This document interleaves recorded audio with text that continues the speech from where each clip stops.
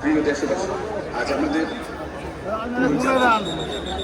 খুবই শোক ও বেদনায় নিস্তব্ধ। দেশের গণতান্ত্রিক প্রধানমন্ত্রী ও বিএনপি চেয়ারপারসন বেগম খালেদা জিয়া আর আমাদের মাঝে নেই।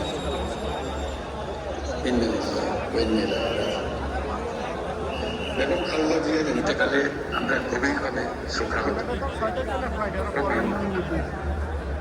তার মৃত্যুতে জাতীয়